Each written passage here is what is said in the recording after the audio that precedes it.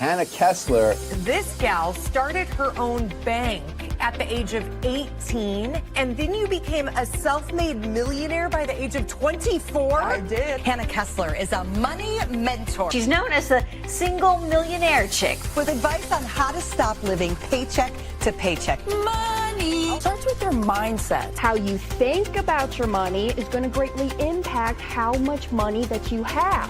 I grew up in a town called Olathe, Kansas. I'd be walking out of the door, going to school, and my mama would holler at me, "Hannah, make good choices." And I'd have to holler back, "Because the choices I make today will affect my future." My parents, they did a very good job about teaching me as a child how to handle my money. We have a lack of understanding when it comes to money. If you want your kids to have money, you need to start talking to them about it while they're young. I'm really second generation to this concept that's called the infinite banking concept. And at 18 years old, my dad gave me the choice to start my own bank that then led me to becoming a millionaire by the time I was 24. Now you've written a book to help tie it all together. So the companion is really just teaching kids that, not specifically money, but really important life lessons. Now being the owner of the Money Multiplier, I help serve over 17,000 clients in every state of the country.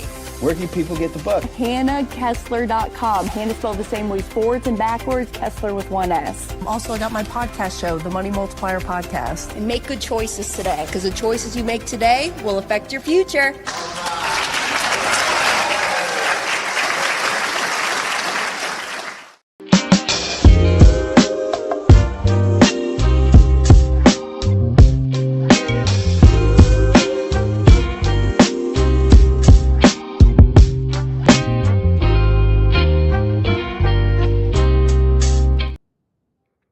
Good morning, y'all. Hey, I know I'm a day late. Good to see you folks, Mr. Dexter and Dave. I see you guys in the comments here. So, little update. I got home very, very late on Wednesday evening. I laid my pretty head on my pillow. It was about 2 a.m. I just couldn't get my ass out of bed. All right. So that's why we're here on Friday instead of normally on Thursdays. All right. Hopefully that's okay with y'all. Well, good morning. I was at a conference this past week for one of our insurance companies, Security Mutual Life. Great company. I mean, honestly, great people. And actually their slogan, the company that cares. And honestly, you can feel it, right? I kind of to go back on our past 2 weeks of our topics of things that I've learned in business up to this point in my life. I really only want to work with people who they're doing it out of their hearts. They're doing it because they care. They're not just trying to chase dollar signs, chase making money and creating bigger pocketbooks, which is important. I mean, yeah, but it all just goes back to what my father has always taught me, which is a Zig Ziglar quote. If you help enough people get what they want, you in return will get what you want. So I just follow that quote every day of my life, in my business, even my personal life, even like around here in the condo. If I see somebody opening a door and they got a whole bunch of crap in their arms, I'm going to help them, right? Speaking of my condo, my community, I officially live in a retirement community. It is now validated. I mean, yeah, I live in Florida, okay? Let's be real. But they are hosting actually today a free lunch and learn about like a whole bunch of assisted living resources. And I was like, okay, it is official. I do live in a retirement community.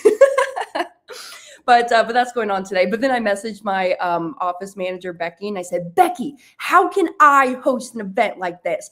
I will bring lunch for everybody. I'll teach them about asset-based long-term care. I'll teach them about the importance of whole life insurance, the importance of managing your money correctly. Becky, how can I do this? She hasn't emailed me back yet. We'll see. So good morning, y'all. So as I said, I was on the road this week. I was up in Philadelphia attending that conference with Security Mutual Life. And I took my best girlfriend, Sadie, with me as well. Sadie, she's on our application team. So a lot of y'all may know Sadie Murdoch. She lives down here in Florida with me. She's just in the next town north. Not the next town, about an hour north of me in a town called St. Augustine. And she actually lives there with another one of our money mentors, Mike Samet. Shout out Mike Samet.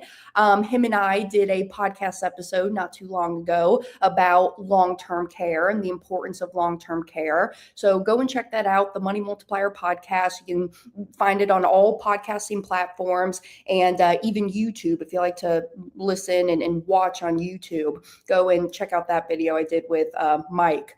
So Sadie and I were up there, and it was an event for underwriting. Okay. And I enjoyed this event because it really got me back to my roots of where I even started in this business. Long story short, I got into this business when I was 18. And at 18, I was still living in Kansas City. I was living downtown with my two girlfriends. We had a little duplex together. It's like a 3-bed, 3-bath duplex. And I was working part-time Cracker Barrel waitressing and part-time with Dad, because Dad called me up one day and he said, hey, I need some help in my business. And if you're not going to help me, I'm just going to go find someone else. And I was like, all right, Dad, well, what do you want me to do? And that's where I started off on the application team. And I think it was the best place of where I started here, because I really learned this business from the ground up. I understand how the underwriters are thinking. I understand products and product design, the different insurance companies. You know, a question I actually got asked yesterday when I was doing some of my strategy calls, they said, hey, you know, how do you have this knowledge, or how do you know what insurance company is best for me? Why are we going with this company, maybe not this company? And it really comes from experience, I would say. I mean, just how you heard in my intro video, I mean, we have over 17,000 clients in every state of the country. You know, Dad started implementing the infinite banking concept in 2008, and then became so passionate. He was referring a lot of his chiropractic mentees who he was coaching. They were starting up their own offices. And right, when you're going to start up your chiropractic office, you have overhead costs. You got to pay the employees. You have a payroll. You got to get all the equipment, the headrest paper, the adjustment tables, right? And so how are you financing for these purchases? And that's when Dad would just share what he was doing in his offices, using and leveraging his whole life policies to buy XYZ, pay taxes, whatever. And his old mentor said, Brent, you know, you seem to be very passionate about this. You should maybe go get licensed, and you should maybe start teaching this stuff as well. So that was in 2012. Then ever since 2012, here we are now in 2026. And I'm telling you, I ain't stopping. I love this business. It's a lot of fun. I'm truly helping people. But back then, you know, so Brent was just sharing a lot of the concept with people, and because we've just been doing it for a long time, I just know, you know, I know places of where to send my people. You know, I have the experience, went in, ran the illustrations, gone through the underwriting process. So if somebody comes to me and they're like, hey, I got an enlarged prostate, my PSA levels are this, you know, I know what company to take them to because of my experience of doing it. Same thing even with like policy design. You know, if somebody is doing a large dump in the first year of their policy, but maybe smaller ongoing premiums, there's some companies that cater better to that policy design than others. You see what I'm saying? So there's just kind of different quirks of why we take one person somewhere versus elsewhere. And I'm very open. I'll tell you what it is. But at the end of the day, I say this as well to like my people. I'm like, hey, you're in the driver's seat. You're going to tell me what you want anyways. But this is just my professional opinion. I would go here because of XYZ. You see what I'm saying? So Security Mutuals is one of the 6 companies that we do business with, and I do want to shout them out because, again, it's good people at that home office. They really care, and the whole event was just getting back into the underwriter's mind, and I can know exactly how they're thinking because, you got to think about it this way too. Whole life insurance or just insurance in general, I mean, it's a big place where a lot of these criminals will go and do some money laundering at. So insurance underwriters, they're always suspicious, okay? And it's our job as being that mentor to paint the picture for the underwriter. Why do we want this death benefit? How are they going to be paying those premiums? What are we going to be using this policy for? Okay. And that kind of gets perfect into my little segment of what I want to talk about of what I learned these past 2 days at the seminar, but then also kind of going back through history because a gentleman got up there on stage and he says, "Hey, do you know where life insurance even started? Where did it come from, or this concept of life insurance?" And in my mind, I was thinking, well, hey, talking with Jonah and Jeremiah Do, shout out the banking bros, go follow them. They have enlightened me that even back in the day, slave owners would own policies on their slaves. And I was thinking, okay, well, maybe it's like the 1700s, 1800s. Is that where life insurance came from? And that is true to our new country here, United States of America. But actually, life insurance started around the time of 100 BC. The concept of life insurance around 100 BC. And it started with the Romans, and the concept of life insurance was there because of the death protection, the burial expenses. Because at the end of the day, even our government and the IRS, Congress, they have not caught up to the living benefits of life insurance. I mean, yeah, people know. When I go and I travel around and I teach on this concept on stage, I actually have a slide up of, real scenarios of life insurance that people have been using the cash values out of. The University of Michigan, okay, they were using it to pay their head football coach. McDonald's, Ray Kroc had to float the salary of his key employees and even used his cash value in his policies to finance for the advertising campaign known as Ronald McDonald. Walt Disney, this is how Disney got started because the banks wouldn't loan Walt any money to start Disneyland, so he had to go and collaterally borrow money from his cash value life insurance policies. Stetson University, Foster Farm, J.C. Penney. I mean, even the Pampered Chef. Okay, Pampered Chef, they borrowed money. Doris Christopher, who started the Pampered Chef, she borrowed $3,000 from her life insurance policy to start the Pampered Chef. And now it's acquired by Warren Buffett and it's worth over $1.5 billion today. So, the Congress and the IRS just haven't really caught up to the living benefits. However, again, why I brought this up, Joe Biden has 6 whole life policies with the company that I personally do business with. Why does Joe Biden have all of these policies, right? So there is a, what's the right word? We need to get with the times, okay? IRS, Congress, we need to get with the times. Life insurance is just so much more. Whole life insurance is so much more than just the death benefit protection. Okay. And that's why, us over here at the Infinite Banking Concept, we understand that we're leveraging and using the cash values of those policies. But to kind of just bring it back to the importance of death benefits, I know I can do a better job of talking more and more about death benefit than what we do, but it's the inevitable. Okay. Hate to break it to y'all, but we all have a guaranteed expiration date on our body.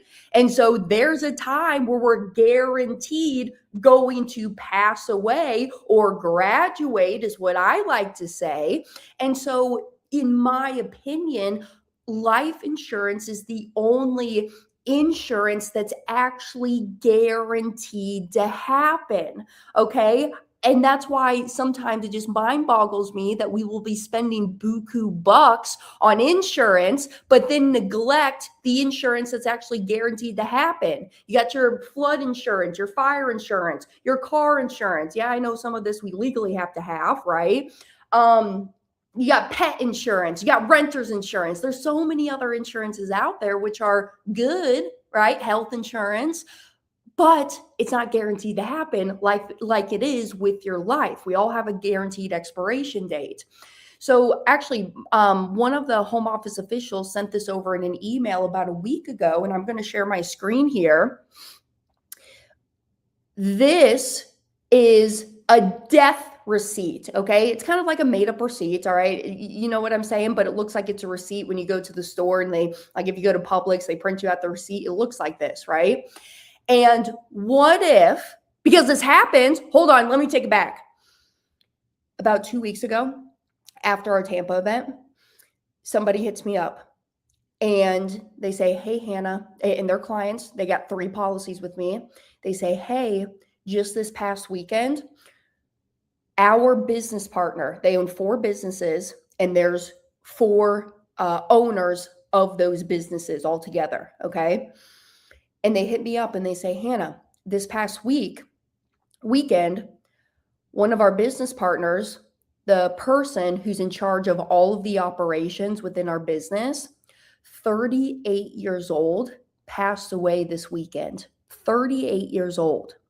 So, you know, you never know when your time's going to come. When Jesus calls you home or whoever you believe in, when your time is coming and you're going to graduate from this planet, you never know when that time is. And so now they're calling me up and they're like, crap, I did not realize the importance of key man coverage, buy, sell for my business. And we're going to get into that topic here in just a little bit. But this is why, yeah, we focus a lot on the cash values and the aspect of whole life insurance of how you can leverage the cash within those policies. But the death benefit is so important because now what this gentleman has to do, one of my clients, they have to go into the store every day because it's a open all day store from Sunday to Sunday, 9 to 6 o'clock. He has to be there working the counter because his business partner passed away. And if he would have had this death benefit on him, he would have had the resources to go and find himself another key executive or key employee for that replacement, because there's a loss of income now for the business, or even maybe not even loss of income, if you want to say.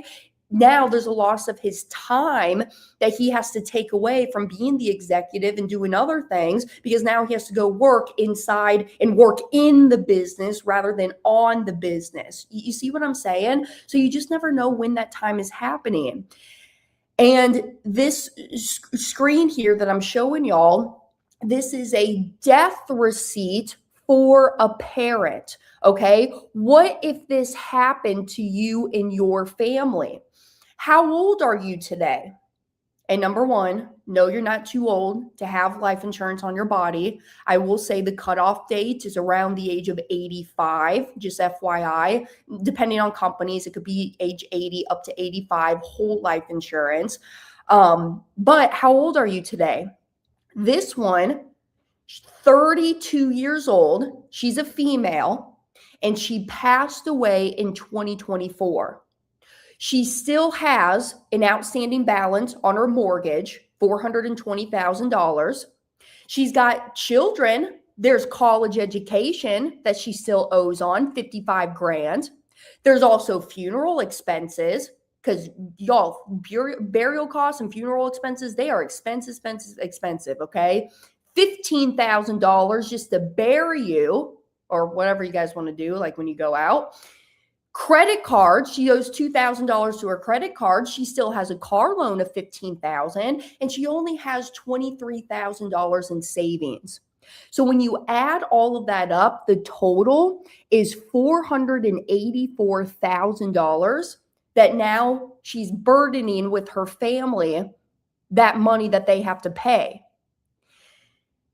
This check is the inevitable. Unless you have life insurance, that life insurance death benefit is going to pay out all of this outstanding debt. Because if you don't have it, now your family members are going to be responsible and your family members are going to have to pay for it, or they're going to have to go and liquidate a lot of your assets. You know, you got the house, the bank could take back the house. They could take back the car. Your children couldn't go to college maybe, or maybe they got to go get their own student loans. So what I'm saying is that all of this financing that we do it within our life is the inevitable, but also is the debt that we leave behind to our family by financing these transactions. I mean, to take it back to like our Nelson Nash, right? Nelson would always say, if I can solve your need for financing cash while you're living, you will have enough death benefit to leave to your family and heirs. And it's true, because even for myself, I don't walk into my policies thinking about the death benefit. I walk into my policies thinking about, okay, how much premium, how much cash can I get into this policy for myself? How much more money can I push through as policy premiums instead of just leaving it stagnant down at the local bank? Because reminder, the only differences, in my humble opinion, between a commercial bank and a life insurance company is just the name on the front door. I mean, they're both places of where you can store your wealth and your money at. And the biggest difference is that I'm guaranteed to die again. And so when that time happens, not an if, but when, I have that death benefit that's going to be on that policy. And now that's going to get paid out to my family. So I'm not burdening them with this almost $500,000, $500,000 that they now have to pay for all of my debts that I have. You see what I'm saying? So I just kind of want to come back to like the importance of life insurance and why it is so important that you have it. So on the last little highlighted, it says, there's an easy way to solve the problem. Right now, it's life insurance. So I know the life insurance world kind of gets a bad rep because there's, you know, the other insurances, like, you know, not too long ago with the whole health world and United Healthcare, you know, you saw those big headlines about, what was that now, like a year ago or so? I know the insurance world can get a bad rep, but I think that when you're working with somebody who's actively doing this in their own life and they can kind of bring you in on insights, it's powerful. But at the end of the day, you know, you're in control of the contract, right? You, the policy owner, you hold 100% control and rights to that policy. So really, the only person who can screw this stuff up is you and how you use your policy. If you're not disciplined with your cash flow. Okay, this was something else I was thinking about that I want to talk about today is your cash flow. And hold on, I want to sip my coffee.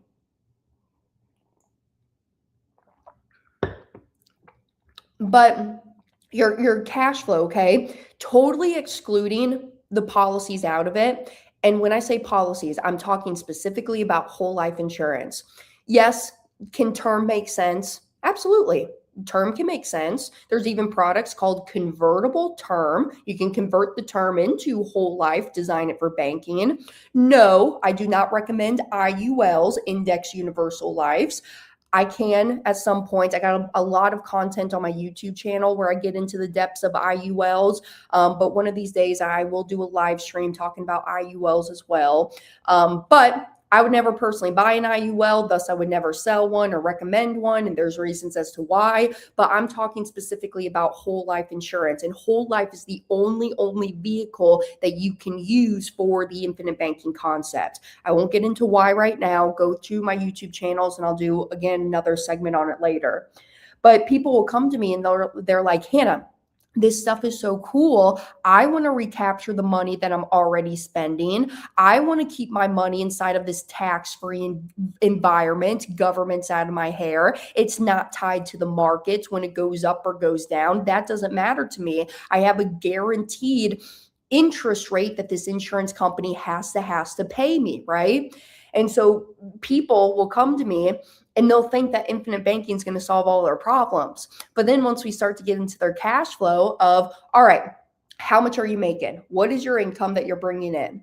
What are your expenses that are going out the door? Where are you currently saving your money at right now? Where are you storing it? Do you have a 401k? Do you have a 437B if you're a government employee or a teacher?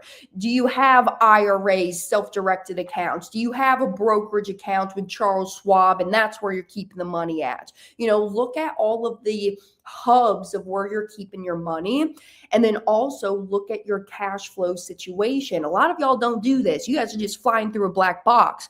My dad makes the joke. He says, some people, they will still have checks left on the counter and they still think they have money in the bank. All right. You need to get in tune with what you're doing with your cash flow. So totally excluding the policies out of it, that is the number one place to start. Now, given I track my cash flow, I have an Excel sheet. I call it my net worth sheet because that's where I keep all of my assets. I track my net worth, the money in my bank accounts, my policies. That's how I track policy loans. Again, I did a YouTube video on that. Maybe I'll link it here in just a little bit. But I have my Excel sheet that I look at every single month. And I block out the first Wednesday of the month from 9 to 12. Don't call me. I ain't answering because I'm updating my spreadsheet here. Okay. You just got to stay disciplined with it because no one's going to care more about your financial life than what you do. So it's time to start caring. But, and also another resource too, Rocket Money. I still use Rocket Money. Okay. I like Rocket Money. I like just everything at my fingertips. If I don't want to go in manually, like right now, and maybe my money's kind of causing me like a little bit of stress. Maybe I got a lot of dollars going out and I'm feeling a little bit anxious. I'll go to my Rocket Money app because it automatically tracks everything and I'll see, okay, calm it again. We know what's going on. But Rocket Money is a great app as well. Shout out. So people will not know what they're doing with their cash flow. And then they'll say, hey, I want to do this policy. And then I'll help them get into their cash flow. And I'm like, dude, you're in the negatives every single month, or you're just breaking even every month. And then we'll even get deeper into it, like with their expenses. Why are you spending all of this money to this place and this place and this place? What are you doing right now? And sometimes people just lack the self-control, or they just don't even know that they're spending all of that money. Even my niece Tori, I made Tori go and get Rocket Money. She's about to be 17 years old in May. And she's like, holy crap, I had no idea how much money I was spending at Starbucks every single month, right? You don't understand it, but then once it starts to rack up, $5 here, $10 here, a $50 payment over here, it starts to rack up, right? So it's just important to stay in tune with your cash flow and know what's going on, because if you know what's going on, you'll know what to do. So totally excluding whole life and the infinite banking concept out of it, you need to understand your cash flow, track what's happening every month. And then what I tell y'all is the monies that you're keeping at the end of the month, that's the dollars that should start flowing towards your policy as the ongoing premium deposits. So example I always use just because it's easy math. Let's say I'm profiting $10,000 a month and my expenses are $8,000 a month. Well, don't just leave that leftover $2,000 down at the local bank. Start by taking that money that you're keeping, and that's the dollars that should start flowing towards your policy. And always, right? I mean, you decide the premium that you want to do into your policy. If you're working with somebody that they're telling you, hey, you got to have minimum $10,000 a year to start this policy, go the other direction. My opinion. You decide the premium that you want to do inside of your policy. ADD, sorry, but like I even just yesterday too, it was another conversation I was having with a son. His dad is a client of mine, and his son, he's only 29 years old. He's got 3 kiddos, his wife, he's a state trooper. He's pretty cool. Even himself, he says, hey, I have a whole life policy and I'm putting money in here, but the guy told me I had to do a minimum of $3,000 a year into this policy. And I'm like, no, there's no minimum to what you got to do. And he didn't even know that you could pay monthly or quarterly or even twice a year premiums. You don't have to do annually. When I started doing monthly premiums because that just worked out best for my cash flow at the time. Now I'm up to the point where I pay it annually every year, right? So my biggest advice, even if you don't come to us at the Money Multiplier to start this whole journey with, one, work with somebody who is a certified infinite banking practitioner would be my first advice.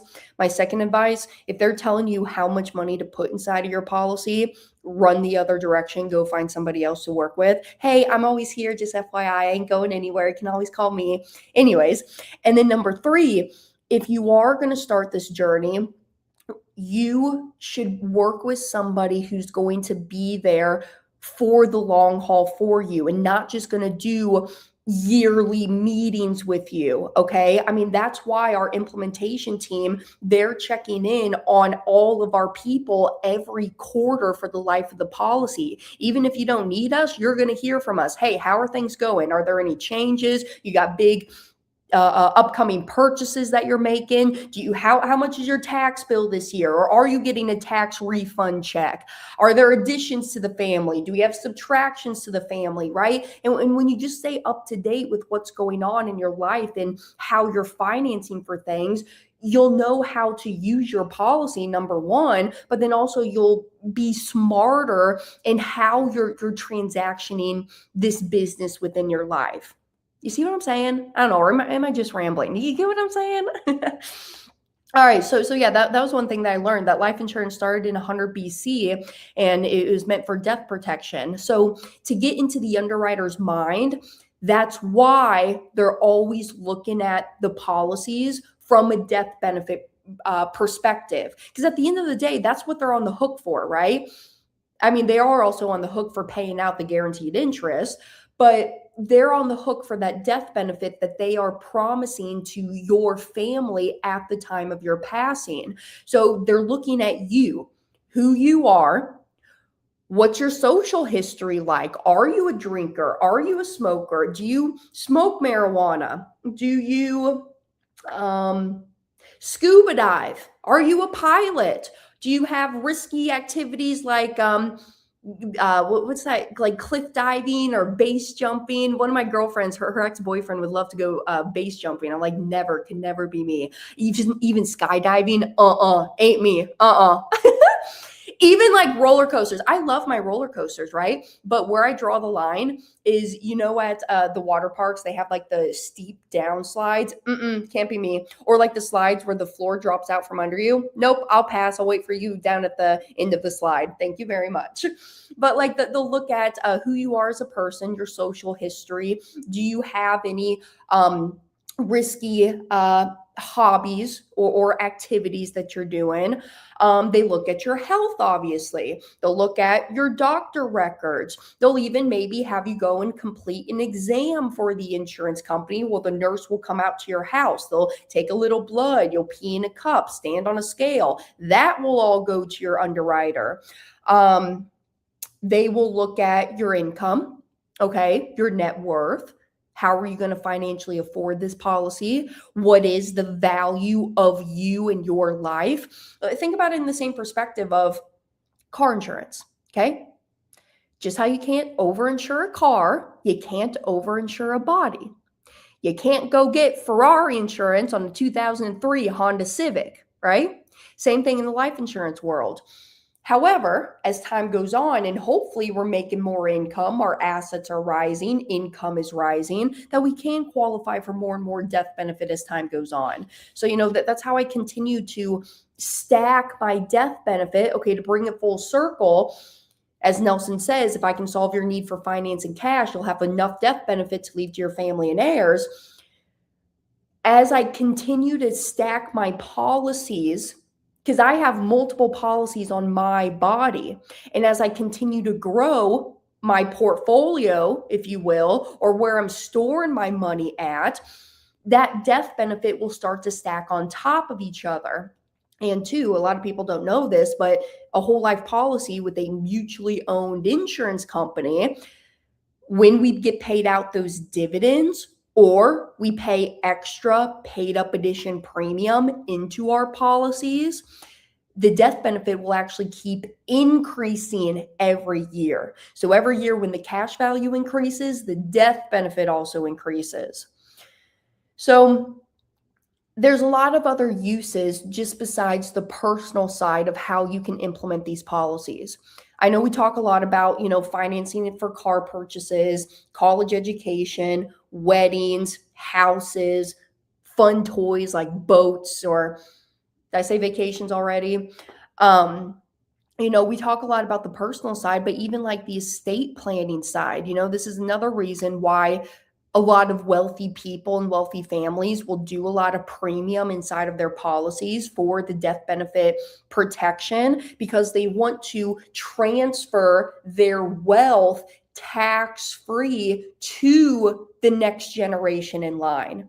Okay, because if you don't set this stuff up properly, there's inheritance tax, there is probate court that you may have to go through.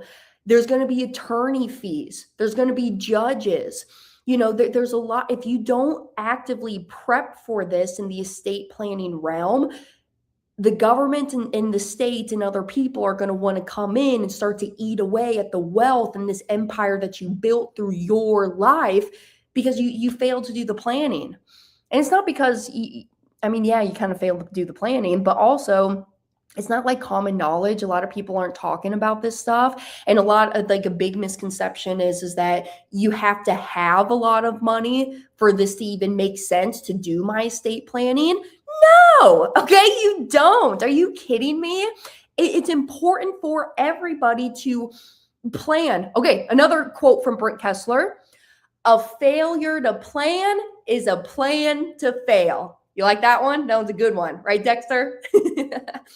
So a failure to plan is a plan to fail. You got to plan for these times because, again, it's the inevitable.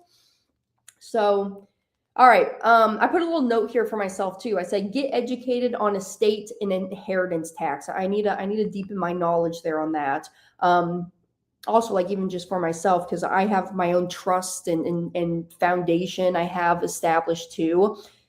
Let's actually skip over it. We'll come back to the business planning, but charitable giving. Y'all, did you know that you could have a policy that you literally just use to donate the cash values every year? Why do I do it out of my policies? Because remember, I have a foundation. I have one policy where my foundation owns it. I pay the premiums. It's on my body, and the beneficiary is a charity. I use the policy I pay my premiums, right? And the whole idea is of why I pay those premiums into the policy is that every year, because of the uninterrupted compounding, that cash growth will become greater and greater each and every year. And so I get to that point where I'm pulling out more from this policy than what I even put into it. But then I use that money and I go donate to various 501c3s. So did you know that a charity can literally own that policy on you? This charity can also be named as the beneficiary. That's a big thing. That's another thing I get asked a lot. Well, Hannah, I don't have any family. I'm not married. I have no children. The only people that are really in my life is my sister and my niece and nephew. I don't really care too much about them to leave them all that death benefit. Okay. Well, is there a charitable organization? Is there somebody else that you want to leave this money to? And seriously, like whole life insurance is literally the only vehicle on this planet, unless y'all know of something that I don't know, but it's the only vehicle on this planet that's totally tax exempt. Seriously, the growth of the policy is tax-free. When I take out that money, it's tax-free in the form of a loan. Loans are always tax-free anyways, but even in the point of if I want to start taking withdrawals from that policy, tax-free up to my cost basis. We can get into that later. The death benefit is always going to be tax-free. So, and I say always, okay, yeah, we could get into like MEC status, MEC, the modified endowment contract. We'll save that conversation for another time. Go to my YouTube channels, go search that stuff up. But seriously, even for your time money, like I know a lot of people are tying a lot of their money every single month. And so how about instead of me just giving that money directly over to this church or this organization. How about I run the money through the policy and then I'll take it out and then I'll go make my donation? I mean, again, this is kind of why I titled this episode The Infinite Uses of IBC / whole life insurance, because if it makes sense, you can literally use this policy, put the policy on anybody that you truly want, as long as you have that insurable interest. I put a little star there. We can talk about that later too. But you can put that policy on anybody that you want, and then you can use the cash values from that policy to go do whatever you want. Because again, you're in control of the contract. You being that policy owner, you have first rights to what happens with that policy. Cash value is always going to get made payable to you first. And again, that's why these insurance companies will never deny you access to your money and your cash value. So anyways, think about charitable planning. I mean, seriously, your church or your charity, maybe they want to pay the policy on you. Right now, actually, what I'm trying to work on, but I've been kind of beefing with Becky downstairs a little bit. I'm having the same issue. My condo will not allow me to park my van downstairs. Again, it's a retirement community, okay? These old folks, I almost said old farts. These old folks sometimes seem like they have nothing else better to do besides bitch and complain, let me tell you. So they kind of get a little angry with me when I park my van down there, because it is 20 feet long. You know what their gripe is? I have this little adventure pack on the back side of my van. And with the adventure pack on the back of it, it's almost like a garage, like storage unit, if you will. It makes it 22 feet. They don't like that extra 2 feet. So now they're griping and they're telling me I can't park my van downstairs. I'm like, oh, with the amount of money I pay in HOA fees, you would think I could. So my van gets stored at mom and dad's hangar, about 15 minutes away from here. But I was even thinking, Becky, who owns this condo? Why don't, because hear me out. Actually, my condo association is pretty cool in the aspect of they are being their own bankers, but they're just using it out of a high yield savings account. So all of the money that we pay in as HOA fees, or maybe other, what's the right word? Monies that they get in from raising money, or maybe they're doing like a little event or whatever, right? All that money that comes in goes into that high yield savings account. And then every year we pay cash for the insurance on the building. And so we'll pay cash to the insurance company. And then every month we will pay back that high yield savings account. So I'm like, Becky, you're already doing this anyways. You are already being your own banker. You're just doing it in a place that could be better if you use the policy. Because Becky, you run everything around here. You are a key employee. You are truly the operations manager around here. If something were to happen to you, Becky, the people here are going to need a replacement. Who's going to keep us all organized? Who's going to keep all of our ducks in a row? You know what I mean? And I'm like, why don't you or one of the owners of this condo have a policy on your body? Then you start redirecting those payments, because I'm assuming like an LLC owns the condo, I mean, it's probably not just held like in a personal name. Have the business own the policy, put it on the key employees or the owners, have the death benefit be on them. And then now you just use the cash values from the policy to go pay the annual insurance bill. I'm working on it, but that's my idea. I just gotta, again, I've just been kind of beefing with Becky because she's mad at me because I keep parking my van downstairs. I'm sorry. I'm just a girl trying to live my best life. So that kind of gets us into like business planning. Okay, and I got to keep my eye on the times. I got a call here at the top of the hour. But business planning, this is very, very important. Let's say that you are in business, you have a business partner. Let's just keep it easy. You guys have 50-50 ownership within this business. And let's say that the business is evaluated at $1 million, just keeping it easy. You have Susie and Jim. Those are our names. Susie and Jim. Susie and Jim own 50-50 ownership within this $1 million business. If Susie were to pass, now Jim is going to be in business with Susie's children or Susie's husband. Doesn't matter. It's just whoever now is going to own that part of her business because it's her equity, it's her asset that she owns, right? Well, Jim can buy a policy on Susie, and Susie can buy a policy on Jim. They can each have $500,000 of death benefit on each of them because it's 50-50 ownership. Business is worth $1 million. So 500 on Susie, 500 on Jim.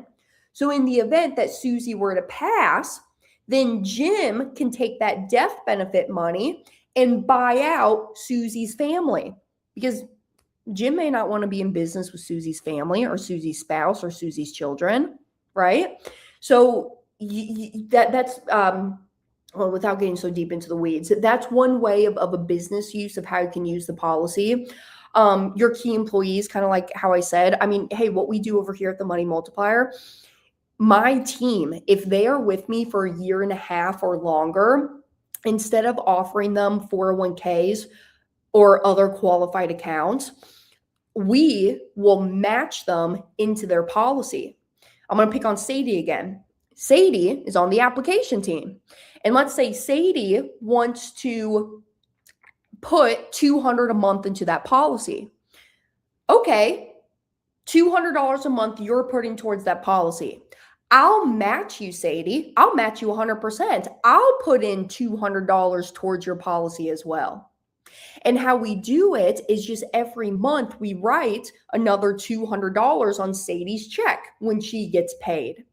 And in this scenario, Sadie owns her policy. She's responsible for paying the premiums, and then she can list whoever she wants as that beneficiary. Probably her new husband, Jim. She'll list as a beneficiary. And so now this is a employee plan that we can give to our people to then start building up the cash values, because in the future, you can use the policy for retirement income. I mean, this is my retirement strategy. I'm going to take out tax-free income through my policies when that time happens. So she's able to use it to finance purchases. This is her retirement. She's building up the cash in there. And like I said, it's not like a 401k where kind of the money's locked up, right? Or you have to go ask permission, or there's a limit to how much you can take out, right? Or there's a guaranteed payback schedule that you have to pay back to that 401k. There's nothing like that here. You're in control of the contract. Insurance companies never going to ask you what you're using the cash value for, when you're going to pay it back, how you're going to pay it back. They don't care. Cash value is nothing more than a prepayment of your death benefit, and you're guaranteed to pass away or die. All right. So any outstanding loans at the time of your passing will just get subtracted from that death benefit. That's why they don't care. So in my opinion, it's just better to have those sort of plans rather than like going the traditional route where I'm limited to stuff. If you kind of heard me on my last podcast episode, it's titled, How Does Your Policy Build Cash Value? So it kind of gets into the weeds of the mechanics behind becoming your own banker, yes, but also the mechanics behind whole life and how we're structuring it to have that immediate cash value.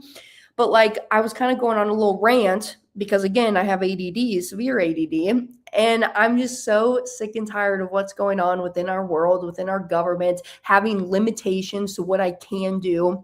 And when you break it down to the fundamentals of whole life insurance and this concept of becoming your own banker, you have freedom, you have control, and you have liquidity. I can do what I want, when I want, for whatever reasons that I want. And that's truly, I mean, I think what we're all after is just having the freedom over our lives. So business uses are very important. That's how we personally do it over here with our key employees. And two, if you don't want to give your employee all of that control over the contract, you can own the policy.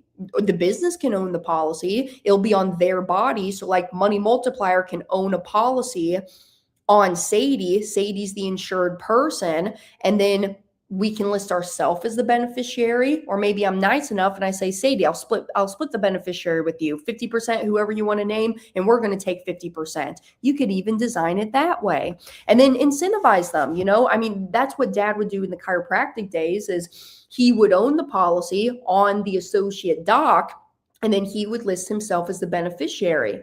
And he made this agreement with them saying, hey, doc, if you stay with me for 20 years or longer, I'm going to pay you out a guaranteed income stream of $5,000 a month. Again, whatever you choose. And how he's doing that is Brent would use the cash values to finance and keep the business running, pay payroll, whatever. But then when the time came and Dad would create loyalty with that doc, now he will just take the cash values out of that policy and then pay the doc that guaranteed income stream. Okay, you get to make the rules.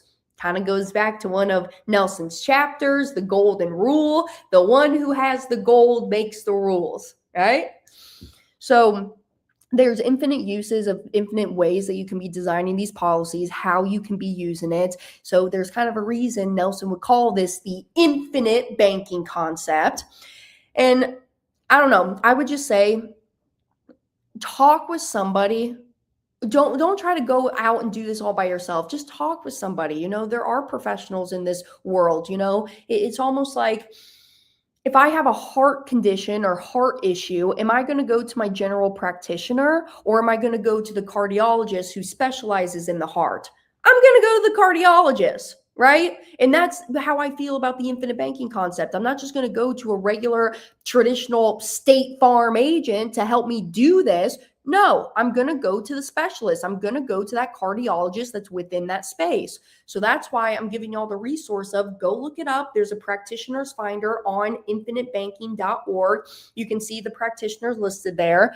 I'm here. Hey, I would love to work with y'all. Love to talk with y'all. I don't talk about anything else besides banking and my kitty cats. But you can send me an email. My email's posted up right there, hannah@themoneymultiplier.com. Last thing I'm going to say, I got 4 minutes here before I really got to go, is even if you think you're uninsurable, talk with somebody too. There's always ways of how you can get approved, or that you can even utilize these policies within your life. You can own the policy on somebody else, still implement becoming your own banker. You can always even update the health rating on your policies. I mean, sometimes people get discouraged because they're like, crap, I got a standard rating. I really wanted this preferred, and I feel like I can get this preferred. You can always go back and request for that rate change or the health status to be changed, okay? I was a terrible teenager. I would smoke cigarettes. I don't smoke cigarettes anymore. But when I was smoking cigarettes, or when I stopped smoking the cigarettes, then I just went back to the insurance companies. I submitted that rate change application, and then the underwriters updated all of my policies to non-tobacco ratings. So you can always do that. Even like the importance of convertible term, to kind of bring it full circle back to our image here. Death benefit is important. You never know when it's your time to go home. So even if you feel like you may be thinking to yourself, Hannah, I don't even have like an extra $100 every month, but I do understand this death benefit is important. Yeah, maybe I'm saving $20 each and every month. That's why we like term. Term is cheap. We like that about the term, but no, it's just like renting the death benefit. It doesn't build us up cash value, and the term is going to expire at some point. But when you get a convertible term, when things are looking better, you can actually lock in that death benefit, your insurability, and then convert the term into whole life, and then design it for the infinite banking concept. So that's really all my thoughts. I do got to start heading out here. Let me see some of these comments that are coming in. I know Instagram, I kind of leave you guys out because you guys aren't in my main chat. Eddie Austin, good to see you, my man. All right, and then over here.